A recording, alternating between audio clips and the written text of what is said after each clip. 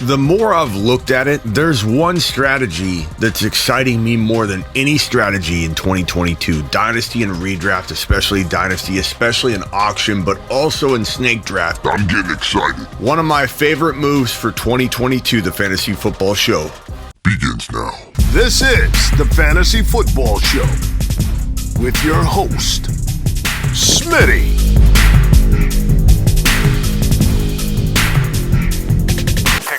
I can't express how excited I am about this particular strategy walking into 2022. As I mentioned at the top, redraft, dynasty, auction doesn't matter. Snake draft doesn't matter. It's going to be easier to pull off in an auction, I'm going to tell you right now. What is the strategy? Waddle and Lamb as your number one and number two wide receiver without touching your round one or round two picks, or in the case of an auction, you're buying them at a cost that allows you to still get guys that could be, when you equate draft value, snake draft value, $2, you still have a first and a second rounder. Now, how do you draft Waddle and Lamb when Waddle and Lamb are kind of both going in like round three? Redraft dynasty kind of depends. Waddle's going to be maybe creeping into round two, unfortunately, here in the coming weeks and months. But right now, he's kind of like a third round pick. Maybe he's too early in the third round for some of you. Others might say, no way he's lasting until 3.5. I'm taking him at 3.1, or I'm taking him at 2.11. Opinions are kind of all over the map, and I can prove this because in comments of videos and different clips I've talked about Waddle, people are all over the map. Round 5, round 2, round 4. And as I mentioned earlier in another video, the pre-ranked lists are kind of jacked up right now because they don't depict where Waddle really should be pre-ranked, and people forget about him. He's too far down. And then you get most people drafting going, man, I forgot Waddle was still there. I would have taken him earlier. Hence a bad draft being added to the data, piling more bad data on top of bad data. Makes it hard to trust the ADP data when Waddle's being forgotten because he's neglected on the ADP list. I don't know why these mock draft sites across the board can't go in and make one update. Eyeball it. Just give us a good ADP list so that we're not doing mock drafts, forgetting about guys like Waddle. Debo was really far down until we started mock drafting and moving the data up, because we mock draft a lot on this channel. I know that sounds arrogant, but we do. We move ADP data because we mock draft a lot. Even when we're done mock drafting on the YouTube lives, my community will mock draft over and over. We do so on the Discord. And if you want to mock draft too, get on over to my Discord, go to smitty1.com. Click on the Discord button, baby. We're mock drafting all the time. My point is, we don't really know where Waddle's ADP is. People can say they have ADP data, but it's bad data being thrown on bad data. Let's say, to be safe with this theory of putting Lamb and Waddle on a roster in a redraft, snake draft. Let's say both of them go in the third round. That means you're going to have to do some maneuvering. So what do you do? The absolute key to this strategy that I'm about to talk about, Waddle and Lamb in your third and fourth round draft selections, your third and fourth drafted players. In a snake draft, think of it more like that. Your third and your fourth drafted players, because we're gonna have to trade up to get both of those guys as your third and fourth drafted players. Whereas in an auction, you can kind of bid on both of them and it's not gonna affect anything. But if we, in a snake draft, assume that we're drafting one of them here, let's put Lamb here. We're not going to probably get Waddle here. If we could, amazing. Then we don't have to do anything. But let's assume the worst. Let's assume his ADP increases. So we're going to trade this pick right here. And let's say we trade this pick right here to move up to this pick. Or better yet, this pick. Let's put it up here for right now and assume that we can get a little bit higher pick. So we're trading our fourth and our sixth rounder for end of the second. And that's where we get Waddle. And if we got to take Waddle, here, that's fine too. This strategy right here is my new favorite, walking into all formats because of the flexibility this gives you. And let's say Najee Harris falls to you here, or Javonte. You're grabbing Javonte here. You can do so many different things with this pick. You can take a Swift, and you can do your running back. You can go wide receiver and arguably have the best dynasty wide receivers in your league. Let's say if it's redraft, you could maybe get Debo, maybe Tyreek Hill is falling these days. Depending on Adams' situation, Adams can go either here or he could go here. Even if you don't go running back, let's say you're in the middle here and you take Justin Jefferson. Now you got Jefferson, you still got this pick here. You got the pick you traded up to get Waddle. You have Lamb. You traded these 2 picks, but that's okay. You can still trade this 5th in like a pick here. This is your 7th. Maybe you trade these 2 for another 4th rounder. Your trading doesn't have to end here, but this strategy is phenomenal to land Jefferson and whatever player is the best available here with Waddle and Lamb. Again, this being because you traded this pick and this pick. I love it. I love it. It's my new favorite approach across all league formats. It doesn't matter. Dynasty, redraft, doesn't matter. Why is it my favorite? Because these 2 guys, to me, are the most capable wide receivers in redraft or dynasty, especially dynasty, to breach the top 5 that are not in the top 5. Let me repeat that for everybody in the back, especially you, Bob, from accounting. Of the wide receivers not typically ranked inside the top 5, dynasty, redraft, doesn't matter, Waddle and Lamb feel like the most capable to not just have a cup of coffee with that crew, that top 5 wide receiver crew of the now and future, but to be staples inside it. These guys could dance with Jamar Chase, Justin Jefferson. It could be Waddle and Lamb inside that top 5, sitting at that table, and you can have them in the 3rd round or potentially later. It depends how educated your crew, your group of owners are. They'll either see Waddle coming and he'll cost you a 2.11 or a 3.04, or they won't, and he'll be sitting in the 4th round until August or September, until a magazine comes out and shows them Waddle should be ranked here, Bill. I don't want to hear that Waddle can't fall in everyone's league. He won't fall in some.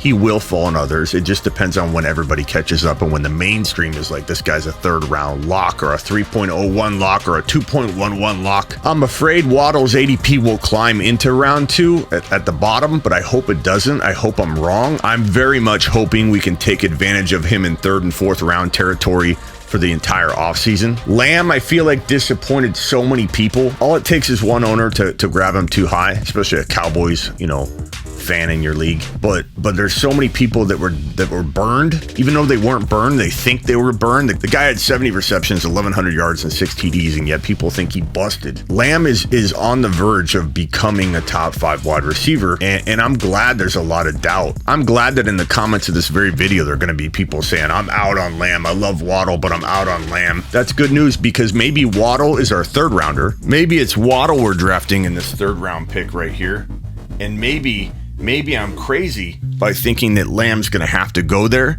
and maybe we can draft Lamb here and not even make this trade. So if we undo that trade and just keep the middle round pick in every draft, let's say Waddle goes there. If Lamb can be had here, you're talking about maybe even still making a trade where you trade these 2 picks right here and you end up getting like a Josh Allen. Now you got Jefferson, Waddle, Josh Allen, Lamb, and Swift, or Javonte here and Hill, or whoever you can get right here. The sky's the limit with this approach, and I love the fact that even if they under-deliver, like Lamb did in 2021, Lamb under-delivered. I admit Lamb under-delivered. He did not meet my expectations of being top 5 in his sophomore year, but he's still on 1,100 yards and 6 TDs and 70 receptions, still going to earn this value that you're probably going to pay. And if you got to pay, again, something in this range, that's fine. You can make this trade and trade away these 2 picks here and get Lamb with this pick, or whatever you got to do to trade this pick up to get Lamb. The point is, you may have to make one trade to get Lamb and Waddle as your 3rd and 4th drafted players. But you don't have to use your 1st and 2nd round on these guys if you make that one single trade. If you believe getting both of these guys in your 3rd and 4th round will be a problem. If it's a problem, you make the trade and you leave these 2 picks for other players that can help build around Lamb and Waddle, making Lamb and Waddle completely baked in risk-wise. Upside's all baked in. Now in auction,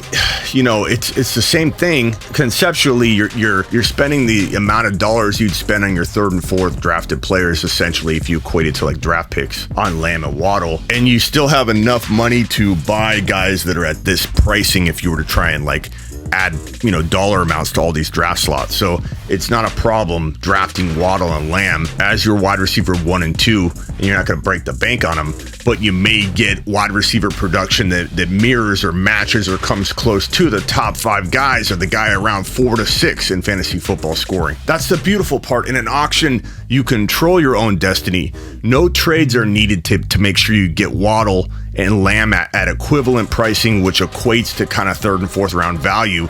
In an auction, you can make it happen. Just make sure you don't call their names out too early. You want people spending money. You don't want to say Waddle as the 4th overall player put on the board, because then he's going to go way too high. Same thing with Lamb. Let that baseline of top 5 money get put out there so that it trickles down, and Waddle and Lamb cost a decent amount, but not too much. Then you have enough to buy guys that would equate to your number 5 overall or number 6. You could probably buy a Javonte Williams at Swift and get your Josh Allen with your Waddle and Lamb in an auction. I love walking out of a draft with this kind of core. Or again, I think you could afford it. You may want to take Lance if you can get another player right here. But let's just say Josh Allen is the guy you want. You could probably afford all of this. And I wouldn't be scared to not take Swift here and to take an Adams. Let's say this was a Dynasty or whatever, or a Hill or whoever you want right there. That wouldn't scare me, because here you could still try your very best to get an ETN or a rookie like a Walker. It's my new favorite strategy right now. I'm excited about it, as you can tell. And Waddle, to me, let me quickly tell you why I love these two guys. Waddle, to me, looks like Deebo Samuel on film, and his coach McDaniel, brought over from the Niners, is thought to be a major architect, or one of them, in the creation of Deebo's role last year. McDaniel's talked about so highly by everybody that has worked with him. Some saying they put every dime in their bank account on a bet that he would know more about football and the X's and O's over anybody that you put in front of him. He's already talked up Waddle about needing to be a guy that always needs the football. He's got rapport with Tua that goes beyond last year. Even though I don't love Tua, I like that rapport. I like that Deebo did amazing even with Jimmy G. Maybe Waddle can take advantage of the kind of need that they'll have in the offense for him, and it could be one of those blessing in disguises that Tua's there. I don't love Tua long term, but maybe the fit is going to be perfect for Waddle, and McDaniel's going to totally exploit it. And if you look at his film, they ran him a lot. They ran him quite a bit, and that wasn't McDaniel. McDaniel's going to run Waddle more, and I know he's smaller. He's not Deebo. He's a lot smaller than Deebo build-wise, but he is elusive and electric. And if you're careful with what kind of runs you give him, if you give Waddle a lot of jet sweeps and things that might turn him into a wide receiver again, he's taking it to the outside where he either runs out of bounds or gets tackled by a D-back. He doesn't have to do all the up-the-gut running that will likely get him hurt at his frame, but you can still run him 4, 5, 6 times a game. He can have that big 40 or 50 yard and a touchdown on the ground type game. Wouldn't shock me at all if this guy had 1,200, 1,300 yards receiving, 200 or more rushing yards, 2 to 3 rushing touchdowns, maybe something around 14 or 15 total scores, and well over 100 receptions, well over 110, 115. Wouldn't shock me if Waddle was in the top 2 or 3 in receptions in 2022. This guy is going to be a PPR monster. Top 5 wide receiver in the making, I'm telling you right now. Lamb chops. I know people don't like this guy right now because he didn't drop 1,500 yards, 15 TDs, and 115 receptions. I know people are disappointed. 70 receptions, 1,100 yards, 6 TDs. But there's some positive takeaways here. This Cowboys offense, the number 1 offense in the NFL by a lot of matrix. And Lamb was one of the best wide receivers when he was in the slot. They need to put him in the slot more. I can't help that Dallas could botch the usage of Lamb. I can't control all of these moving parts, but I can tell you what my eyeballs tell me, that Lamb is an alpha. He's not some second wide receiver. He's an alpha dog that can get 1,400 yards and 14 or 15 scores and 90 to 100 receptions in 2022. 1,100 yards was not a bad year. He had a good year. Dak didn't utilize him properly, and if you watch all the games like I did, and maybe you did, but I'm guessing people that didn't watch Lamb every play, they don't get a sense that he's an alpha, and that's understandable. But I'm telling you right now, by watching this guy, my eyeballs are not lying. This boy can play ball. And half of the problems were Dak. You'd see Lamb running downfield, ball would sail over his head and Lamb would look at Dak, put his arms on his waist and be like, and you knew it was Dak. You saw the play. You saw the route. Dak's frustrated. Lamb's frustrated. He walked straight to the sideline. I'm still worried that some of that could be repeated in 2022, but I think they'll use Lamb in the slot a lot more. I think the Cowboys know they need to utilize Lamb more. They will utilize Lamb more all over the field. And one reason Cooper Kupp was so hard to double team is you can't double team a wide receiver in the slot all the time. You can barely double team a wide receiver in the slot. And when you're moving all over the field like Kupp is, he's open all the time. Lamb in the slot was dangerous, and Dallas will use him, I believe, more in the slot. And if they don't, he earns his ADP value. He earns the value you're paying in an auction. He's gonna get you 1,208 or 9 touchdowns and be disappointing. He'll earn back whatever you paid in. That's the key here. But if he gets the kind of looks and targets, I think he will. And the slot play, I think he will. Top 5 wide receiver numbers are in the cards. These are the 2 most likely wide receivers that are not in people's top 5 to be in the top 5 at the end of the year and beyond. Jaylen Waddle and CeeDee Lamb, you are both Smitty approved, young men. Subscribe if you're new, tell your grandma, tell everybody about the channel. Get on over to Smitty1.com for all my links to all my content. And click that link right now and subscribe to my Dynasty Clip channel. It's a whole new YouTube channel that focuses on Dynasty only. Not that we don't talk about Dynasty here. You just clearly heard me talk about Dynasty a whole bunch. But if you want individual player breakdowns, one player at a time in a clip version, Smitty1.com, click that link that says subscribe to my new clip channel, my new Dynasty channel. And don't forget to get on over to sleeperu.com for all my year-round rankings, bold predictions, and my text device. If you want to text me one-on-one throughout the year, I've got a text line. Sleeperu.com is how you get this text line service. Now get to it. This is the Fantasy Football Show with your host, Smitty.